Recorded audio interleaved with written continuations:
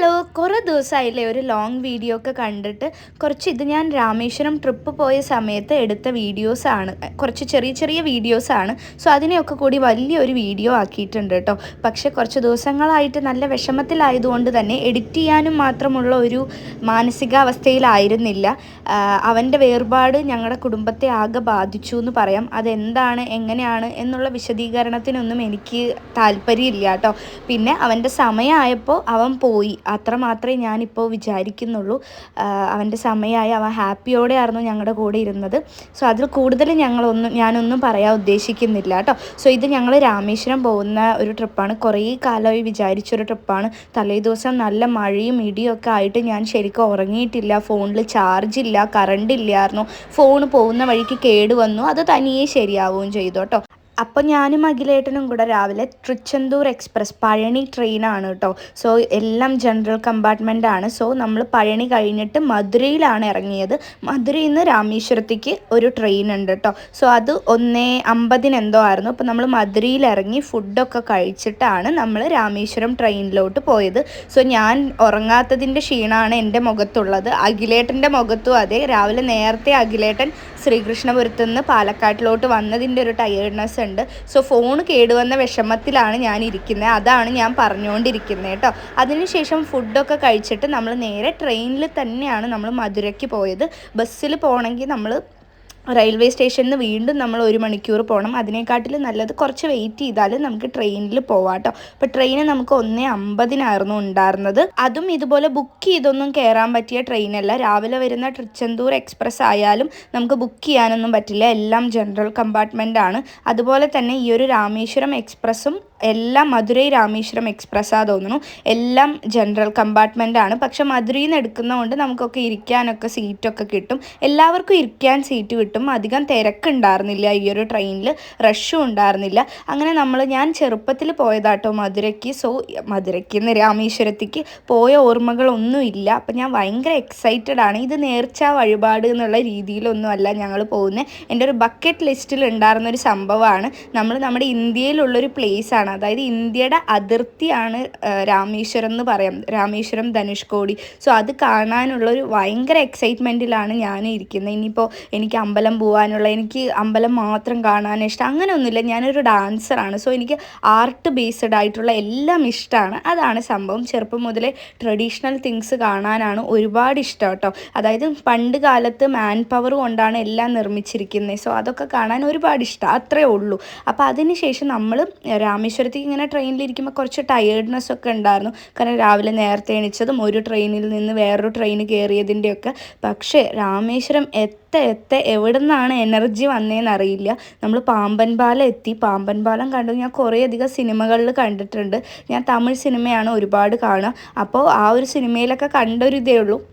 നേരിട്ട് കണ്ടതും എനിക്ക് ഭയങ്കര ഇഷ്ടമായിട്ട്. കാണുമ്പോൾ നല്ല ഭംഗിയാണ്. നമുക്ക് ഈ ഫോണിൽ കൂടെ ഒന്നും ആ ഒരു ഭംഗി ക്യാപ്ചർ ചെയ്യാൻ വേണ്ടി പറ്റില്ല. കാരണം ഫോണ് നമ്മൾ എങ്ങാനും താഴ്ത്തു വീണാൽ പോയില്ലേ. അപ്പോൾ നമുക്ക് അത് കണ്ട് അത്രയും ഹാപ്പി. അവിടെ എത്തിയപ്പോൾ ഒരുപാട് ഹാപ്പിയായി. നമുക്ക് ടയേർഡ്നെസ് എല്ലാം പോയി. പിന്നെ പഴനി പോലെയല്ല രാമേശ്വരത്ത് ആരും നമ്മളെ ചീറ്റ് ചെയ്യില്ല. ആ ഒരു ഉറപ്പ് ഞാൻ തരാം കേട്ടോ. ആരും നമ്മളെ ചീറ്റ് ചെയ്യില്ല. ഇനിയിപ്പോൾ അത് എന്താ പറയുക, ലോർഡ് ശിവയുടെ പ്ലേസ് ആയതുകൊണ്ടാണോ എന്നറിയില്ല, ആരും അങ്ങനെ ചീറ്റ് ചെയ്യില്ല. നമുക്ക് എല്ലാ റൂമിനും ഒരേ വാടകയാണ്. നമുക്ക് 1500 ആയിട്ടോ ഒരു റൂം എടുക്കാൻ വേണ്ടിയിട്ട്. AC റൂമാണ്. പക്ഷെ ഉപ്പുവെള്ളം പിന്നെ നമുക്ക് കുറച്ച് പ്രശ്നങ്ങളൊക്കെ ഉണ്ടാവും. പക്ഷേ ഏകദേശം എല്ലാവരുടെയും അങ്ങനെയൊക്കെ തന്നെ ആയിരുന്നു. പിന്നെ നമ്മൾ നേരെ അന്ന് സ്നാനമുണ്ടെന്ന് പറഞ്ഞിട്ടാണ് ഞങ്ങൾ തോർത്തൊക്കെ എടുത്ത് പോയത്. പക്ഷെ വൈകുന്നേരം പോയിട്ട് കാര്യമില്ല കേട്ടോ, സ്നാനമൊന്നുമില്ല.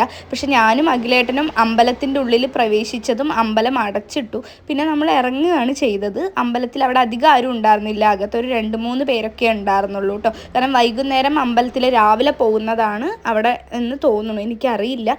ഞങ്ങൾ ഫസ്റ്റ് ടൈം ആയിരുന്നല്ലോ. നമ്മൾ വൈകുന്നേരം തന്നെ ആരും ഇല്ലാതെ നമ്മൾ ഫുൾ അമ്പലം നമുക്ക് കാണാൻ വേണ്ടി പറ്റി. ഞങ്ങളിങ്ങനെ അകത്തോട്ട് കയറുമ്പോൾ ആ ഗേറ്റ് ഓപ്പൺ ആയിരുന്നു. തിരിച്ച് നമ്മൾ വേറൊരു വഴി കൂടെയാണ് ഇറങ്ങിയത് കേട്ടോ. ഏതാ വഴിയെന്ന് അറിയില്ല. പക്ഷെ അവിടെ പോയാൽ നമുക്കുണ്ടല്ലോ അമ്പലമൊക്കെ കാണാൻ എന്ത് രസമാണ്, എന്ത് അടിപൊളിയാണ് അറിയും. ശരിക്കും കാണേണ്ട പ്ലേസ് ആണെന്ന് തന്നെ ഞാൻ പറയും കേട്ടോ. കുറേ അധികം നോർത്ത് ഇന്ത്യൻസിൻ്റെ തിരക്കായിരുന്നു. മധുരയിലും അതെ, അതുപോലെ രാമേശ്വരത്തും നോർത്ത് ഇന്ത്യയിൽ നിന്നുള്ള കുറേ ആൾക്കാർ വന്നിട്ടുണ്ട്. സോ നമുക്ക് നോർത്ത് ഇന്ത്യയിൽ പോയൊരു എഫക്റ്റ് ആയിരുന്നു ഉണ്ടായിരുന്നത്. പിന്നെ നമുക്ക് സ്നാനമൊന്നും ഇല്ല എന്ന് പറഞ്ഞപ്പോൾ നമ്മൾ നേരെ ഫുഡ് കഴിക്കാൻ കയറി. പോയി രാവിലെ നേരത്തെ എണിച്ചു കേട്ടോ. നമ്മൾ രാവിലെ 4 മണിക്ക് എണിച്ചു, നേരെ പോയി കടലിൽ പോയി സ്നാനം ചെയ്തു. അത് കഴിഞ്ഞിട്ട് 5:30-ക്കാണ് തീർത്ഥക്കിണറൊക്കെ ഓപ്പൺ ആവുക. 22 കിണർ ആ അമ്പലത്തിൻ്റെ ഉള്ളിലുണ്ട്. ആ 22 കിണറിലെയും വെള്ളം നമ്മുടെ തലയിൽ കൂടെ ഒഴുക്കി കേട്ടോ. നമുക്കത് പൈസ 25 റുപ്പീസ് കൊടുത്താൽ മതി. പിന്നെ അവിടെ ഏജൻറ് ഉണ്ടെങ്കിൽ 125. നല്ല രസമായിരുന്നു. ഏറ്റവും കൂടുതൽ കടലിൽ സ്നാനം ചെയ്യണേക്കാട്ടിലും 22 കിണറത്തെ വെള്ളം ഇങ്ങനെ ഒഴിക്കുമ്പോൾ ശരിക്കും ഒരു നല്ലൊരു ആക്ടിവിറ്റി ആയിരുന്നു. അമ്പലം അത്രയും റൗണ്ട് അടിച്ചു. ഇനിയിപ്പോൾ ഞങ്ങൾ ഡ്രസ്സ് ചേഞ്ച് ചെയ്തിട്ട് നേരെ അമ്പലത്തിൽ പോയിട്ട് തൊഴാൻ വേണ്ടി നിൽക്കുകയാണ് കേട്ടോ. ശരിക്കും രാത്രി രാമേശ്വരം കാണാൻ ഒരുപാട് അടിപൊളിയാട്ടോ. നമ്മൾ രാത്രി ഫുള്ള് കറങ്ങിയിരുന്നു, അതൊന്നും നമ്മൾ വീഡിയോ എടുത്തില്ല. പിന്നെ പോയി കിടന്നുറങ്ങി രാവിലെ നേരത്തെ നമ്മൾ സ്നാനം ചെയ്യാൻ പോയി. സ്നാനം കഴിഞ്ഞ് ഡ്രസ്സൊക്കെ ചേഞ്ച് ചെയ്തിട്ട് നമ്മൾ തൊഴാൻ വേണ്ടി പോവുകയാണ് കേട്ടോ. അപ്പോൾ സത്യം പറഞ്ഞാൽ നമ്മൾ കുറച്ച് നേരത്തെ ആയതുകൊണ്ട് തന്നെ അധികം തിരക്കില്ല. കുറച്ചും കൂടി വൈകി വന്നതാണെങ്കിൽ സ്നാനം ചെയ്യുന്നവിടെയും തിരക്കുണ്ട്, അതുപോലെ തന്നെ ഇവിടെ ക്യൂവിൻ്റെ അവിടെയും തിരക്കുണ്ട്. ക്യൂവിന് നമ്മൾ 100 റുപ്പീസ് എന്തോ കൊടുത്തിട്ടാണ് നമ്മൾ അകത്തോട്ട്, 100 അല്ല, നമ്മൾ പെർ ഹെഡ് 200 കൊടുത്തിട്ട് കയറി. പക്ഷെ അപ്പോഴേക്കും നമ്മളൊരു ഏജൻറ്റിൻ്റെ കൂടെ അങ്ങനെ പോയപ്പം 100-ൻ്റെ വേ കൂടെ പോയത്. പിന്നെ എന്താ പറഞ്ഞാൽ 200-ൻ്റെ വേയിൽ ഒരുപാട് തിരക്കുണ്ടായിരുന്നു. അപ്പം നമ്മൾ 100-ൻ്റെ വേയിലൂടെ കൊണ്ടുപോയതാണെന്നാണ് പറഞ്ഞത്. എങ്ങനെ കൊണ്ടുപോയാലും നമുക്ക് ദൈവത്തിനെ കാണാൻ പറ്റി, ലോർഡ് ശിവയെ കാണാൻ പറ്റി, അതാണല്ലോ മെയിൻ. അങ്ങനെ കണ്ട് ലഡ്ഡു, അവിടുത്തെ ലഡ്ഡു ഇപ്പോഴും കാണുമ്പോൾ എനിക്ക് വായിൽ വെള്ളം വരും. നല്ല ലഡ്ഡു ആയിരുന്നു. ലഡ്ഡു ഒക്കെ കഴിച്ചു. അതിന് ശേഷം നമ്മൾ ഇതാണ് അമ്പലത്തിൻ്റെ ആ ഒരു ഇത് കാണാൻ നല്ല രസമാട്ടോ. നമ്മൾ നേരിട്ട് പോയിട്ട് കാണണം, അപ്പോഴാണ് നമുക്ക് ആ ഒരു ഫീൽ ഉണ്ടാവുക. നല്ല ബ്യൂട്ടിഫുൾ ആയിട്ടുള്ളൊരു പ്ലേസ് ആണ് കേട്ടോ. നല്ല രസമുണ്ടായിരുന്നു. അങ്ങനെ നമ്മൾ അവിടെ കുറേ നേരം കറങ്ങുകയൊക്കെ ചെയ്തു. ഓൾറെഡി നമ്മൾ തലേ ദിവസം നമുക്ക് നന്നായിട്ട് ആരും ഇല്ലാതെ തന്നെ അമ്പലം ഫുള്ള് കറങ്ങാൻ പറ്റിയിരുന്നു. പിന്നെ നമ്മൾ രാവിലെ വന്നു, തൊഴുതു, അങ്ങനെ ഫുള്ള് കറങ്ങി. പിന്നെ അതിന് ശേഷമാണ് നമ്മൾ ഫുഡൊക്കെ കഴിച്ചത്. ഈ ഒരു കുറി ഞാൻ ചുമ്മാ ഇട്ടതാട്ടോ. 10 റുപ്പീസ് എന്തോ ഉള്ളൂ. അവിടെ എല്ലാവരും ഇങ്ങനെ ഇടുന്നത് കണ്ടിട്ട് ഞാൻ ഇട്ടതാണ്. പക്ഷെ ചെറുതായിട്ട് എനിക്ക് നല്ല കോമഡി ആയിരുന്നു. പക്ഷെ ഞാൻ വിചാരിച്ചു സാരില്ല, എന്തായാലും കുറി ഇട്ടതല്ലേന്ന്. കുറച്ച് കഴിയുമ്പോഴേക്കും ഉപ്പൊക്കെ തട്ടി, ഉപ്പ് കാറ്റാട്ടോ അവിടെ, അതൊക്കെ തട്ടി തനിയെ ആ കുറിയൊക്കെ പോയി. പിന്നെ സാരില്ല, എല്ലാവരും ഇട്ട് നടക്കുന്നുണ്ടായിരുന്നു. പിന്നെ ഞാൻ പറഞ്ഞ പോലെ കൂടുതലും നോർത്ത് നിന്നുള്ള ആൾക്കാരായിരുന്നു. അവരൊക്കെ ഇതുപോലെ കുറേ ഇതുപോലെ തന്നെ കുറിയൊക്കെ ഇട്ട് നടക്കുന്നുണ്ട് കേട്ടോ. അങ്ങനെ നമ്മൾ അതൊക്കെ കഴിഞ്ഞ് അവിടെ എന്തോ വിശേഷം, അതായത് രാമായണ മാസം ആയതുകൊണ്ട് അവിടെ അതിൻ്റെയൊക്കെ വിശേഷവും കാര്യങ്ങളൊക്കെ ഉണ്ട്. അതിന് ശേഷം നമ്മളൊരു ഓട്ടോ എടുത്തിട്ടാണ് ധനുഷ്കോടിക്ക് പോയത്. ബസ്സിൽ പോയാലും നല്ല റഷാണ്, നമുക്ക് വയ്യാതെ ആവും. പിന്നെ എനിക്ക് ടാക്സിയിൽ പോകാൻ ഒട്ടും താല്പര്യം ഉണ്ടായിരുന്നില്ല. എനിക്ക് ഓട്ടോ ആണ് ഇഷ്ടം, കാറിലൊന്നും അങ്ങനെ പോകാൻ ഇഷ്ടമല്ല കേട്ടോ. സോ ഓട്ടോ നമ്മൾ 1000 റുപ്പീസ് കൊടുത്തു. ഫുള്ള് അത്യാവശ്യം ഉണ്ട് കേട്ടോ. 1000 റുപ്പീസിനുള്ളതൊക്കെ അവർ ഓടിച്ചിട്ടുണ്ട്. പക്ഷെ കാണാൻ പ്ലേസ് ആയിട്ട് ഞാൻ പറയുകയാണെങ്കിൽ രാമേശ്വരവും അതുപോലെ ധനുഷ്കോടിയും ആണ് നമ്മൾ കാണേണ്ടത്. ബാക്കി എല്ലാ പ്ലേസും ക്രിയേറ്റഡ് ആണ് കേട്ടോ. ധനുഷ്കോടി എന്ന് പറയുമ്പോൾ ഒരു സൈഡ് വേ ഓഫ് ബംഗാളും മറ്റ് സൈഡ് അറേബ്യൻ സീയോ അങ്ങനെ എന്തോ ആണ്. ഇനിയിപ്പോൾ വല്ല തെറ്റും ഉണ്ടാവും, തെറ്റുണ്ടെങ്കിൽ നിങ്ങൾ തിരുത്തി കമൻറ്റ് ചെയ്യണം കേട്ടോ. അപ്പോൾ ഈ ഒരു സൈഡ് നല്ല അലകളൊക്കെ വരുന്ന കടലും മറ്റേ സൈഡ് ശാന്തമായ കടലും, അത് ശരിക്കും ഒരു അത്ഭുതമായിട്ടാണ് എനിക്ക് തോന്നിയത് കേട്ടോ. പിന്നെ നടുവിലൂടെ ആ പാലം, ഞാൻ ആലോചിക്കുക എങ്ങനെയായിരിക്കും ആ പാലം വന്നത്, അതും 2 സൈഡ് 2 കടലും കൂട്ടിമുട്ടുന്നില്ല. അതൊക്കെ ആലോചിച്ചപ്പോൾ എനിക്ക് ഒരുപാട് അത്ഭുതമായിട്ട് തോന്നി കേട്ടോ. അതിന് ഇതാണ് ഇപ്പോൾ കാണുന്നത്. ഒരു സൈഡ് വേ ഓഫ് ബംഗാളാണ്, ഒരു സൈഡ് അറേബ്യൻ സീ ആണ്. ഓട്ടോയിലിരുന്ന് ഇങ്ങനെ പോകുമ്പോൾ നല്ല സുഖം ഉണ്ടായിരുന്നു കേട്ടോ. എനിക്ക് ഓട്ടോ ജേർണീസ് ഒരുപാട് ഇഷ്ടമാണ്. സോ നല്ല അടിപൊളിയായിരുന്നു. പക്ഷെ ഉപ്പ് കാറ്റ് ഒരുപാട് അടിക്കുന്നുണ്ടായിരുന്നു. സോ നമുക്ക് ചുണ്ടിലൊക്കെ ഇങ്ങനെ തൊടുമ്പോൾ തന്നെ ഭയങ്കര ഉപ്പായിരുന്നു ഫുള്ള്, ഫേസിൽ കയ്യിലൊക്കെ. കാരണം 2 സൈഡിൽ നിന്ന് അങ്ങനെ ഉപ്പുണ്ടായിരുന്നു. പിന്നെ ഉപ്പുവെള്ളമാണ് അവിടെ ഫുള്ള്, കുളിക്കാനും ഒക്കെ ഉപ്പുവെള്ളമായിരുന്നു കേട്ടോ. സോ നമ്മളങ്ങനെ അവിടെ എത്തി. കുറച്ച് നേരം അവിടെ ടൈമൊക്കെ നമ്മൾ സ്പെൻഡ് ചെയ്തു. പിന്നെ നല്ല വെയിലായിരുന്നു കേട്ടോ. നമ്മുടെ കേരളത്തിൽ നല്ല മഴ ഉള്ളപ്പോൾ അവിടെ നല്ല വെയിലായിരുന്നു. നമ്മൾ ഇന്ത്യയുടെ അതിർത്തിയിലെത്തി, അതായത് ഇത് ഇന്ത്യയുടെ അതിർത്തിയാണ്. സോ അതിൽ ഒരുപാട് ഹാപ്പി ആയിരുന്നു. ഇന്ത്യയുടെ അതിർത്തി കാണാൻ പറ്റി എന്നുള്ള രീതിക്ക് കേട്ടോ. ഞാനിതൊക്കെ ചെറുപ്പത്തിൽ കണ്ടതാണ്. പിന്നെ ഈ ഒരു ലെൻസിലൂടെ നമ്മൾ നോക്കിയാൽ നമുക്ക് ശ്രീലങ്ക കാണാൻ പറ്റുമെന്നാണ് പറയണത്. ഉള്ളതാണോ അവരത് ക്രിയേറ്റ് ചെയ്ത് വെച്ചിരിക്കുകയാണോ എന്നൊന്നും അറിയില്ല. പക്ഷെ കാണുമ്പോൾ നല്ല രസമായിരുന്നു.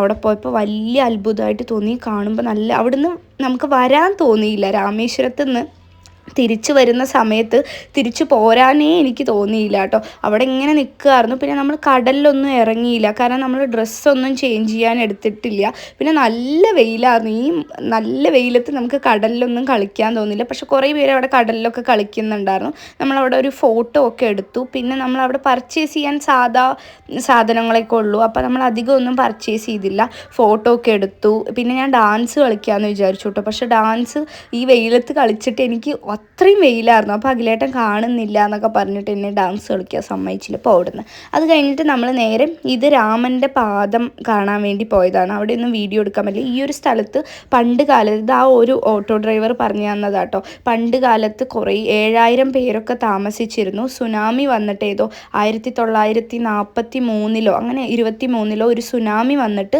ഇവിടെയുള്ള ആൾക്കാരും ഇവിടെ ഉള്ളൊരു ഭൂഖണ്ഡം മുഴുവൻ നഷ്ടമായി എന്നാണ് പറയുന്നത്. അല്ലെങ്കിലും രാമേശ്വരം ഒരു മിനി ഐലൻഡ് എന്ന് വേണമെങ്കിൽ നമുക്ക് പറയാമല്ലോ. അങ്ങനെ ഓട്ടോക്കാരൻ തിരിച്ചു വരുന്ന സമയത്ത് വീട്ടിലേക്ക്, അന്ന് ഞായറാഴ്ചയായിരുന്നു, അപ്പോൾ വീട്ടിലേക്കുള്ള ചിക്കനും മീനും ഒക്കെ വഴിയിൽ നിർത്തി വാങ്ങുന്നൊക്കെ ഉണ്ടായിരുന്നു കേട്ടോ. ഞാൻ പറഞ്ഞില്ലേ അവിടെ രാമേശ്വരവും ധനുഷ്കോടി ഒഴികെ ബാക്കി കാണിച്ചു തരുന്നതൊക്കെ ഈ ലക്ഷ്മണ തീർത്ഥം അങ്ങനെയൊക്കെ ഉണ്ട്. അതൊക്കെ ക്രിയേറ്റഡ് ആണ് കേട്ടോ. സോ നമുക്ക് അവിടെ പോയാൽ അധികം ഒരു ഹാപ്പിനെസ് എനിക്ക് കിട്ടും. എനിക്ക് ക്രിയേറ്റഡ് ആയിട്ടുള്ള പോയാൽ അധികം ഹാപ്പിനെസ് കിട്ടില്ല. സോ ഇതൊക്കെ തനിയെ അങ്ങനെ എനിക്കധികം ഹാപ്പിനെസ് കിട്ടില്ല. ഇതും ക്രിയേറ്റഡ് ആണ്. ബട്ട് ഈ ഒരു എന്താ പറയുക വലിയൊരു നടരാജ വിഗ്രഹം എനിക്ക് ഒരുപാട് ഇഷ്ടമായി കേട്ടോ. അത് കഴിഞ്ഞ് നമ്മൾ തിരിച്ച് അന്ന് വൈകുന്നേരം തന്നെ നമുക്ക് മധുരയ്ക്ക് ട്രെയിൻ ഉണ്ടായിരുന്നു. അപ്പോൾ എനിക്ക് സങ്കടമായിട്ടോ, തിരിച്ച് മധുരയ്ക്ക് വരുമ്പോൾ എനിക്ക് ഒരുപാട് സങ്കടം ഉണ്ടായിരുന്നു. എനിക്കും അഖിലേട്ടനും ഒക്കെ രാമേശ്വരം ഒരുപാട് മിസ് ചെയ്തു. പക്ഷേ മധുര എത്തിയപ്പോൾ അതിലും ഹാപ്പിയായി. അവിടെയും കുറേ നോർത്ത് ഇന്ത്യൻസിൻ്റെ തിരക്കാണ്. പക്ഷേ നമ്മൾ ഒരുപാട് ടയേർഡായിരുന്നു. അവിടെ എത്തി പഞ്ചാബി ധാബയിൽ കയറിയിട്ടാണ് ഫുഡ് കഴിച്ചത്. നല്ല ഫുഡായിരുന്നു കേട്ടോ. നല്ല അടിപൊളി ഫുഡും കാര്യങ്ങളൊക്കെ കഴിച്ച് നമ്മൾ റെസ്റ്റ് എടുത്ത് പിന്നെ കുറേ നേരം കറങ്ങുമൊക്കെ. രാത്രി എക്സ്പ്ലോർ ചെയ്യുമ്പോഴാണ് കേട്ടോ മധുര രാമേശ്വരമൊക്കെ ഒന്നുകൂടെ നല്ല രസമായിരിക്കും. വെയിലുണ്ടാവില്ലല്ലോ, അതുകൊണ്ടാണ് കേട്ടോ. പിന്നെ തിരിച്ച് രാവിലെ നേരത്തെ എണീച്ച് നമ്മൾ നേരെ മധുരൈ അമ്പലത്തിലോട്ടാണ് പോയത്. അപ്പോൾ മധുരൈ അമ്പലത്തിൽ എന്തോ കുംഭാഭിഷേകമൊക്കെ നടക്കുന്നതുകൊണ്ട് തന്നെ ഗോപുരത്തിന് ചുറ്റും ആ മറ്റേ പച്ച കളറൊക്കെ കെട്ടി വെച്ചിട്ടുണ്ട്. പക്ഷെ നന്നായിട്ട് തൊഴാൻ പറ്റി. മധുരൈ അമ്പലവും കാണേണ്ടതാട്ടോ. അകത്ത് നല്ല ഒരു എന്താ പറയുക, അകത്തായിട്ടാണ് അമ്പലം ഉള്ളത്.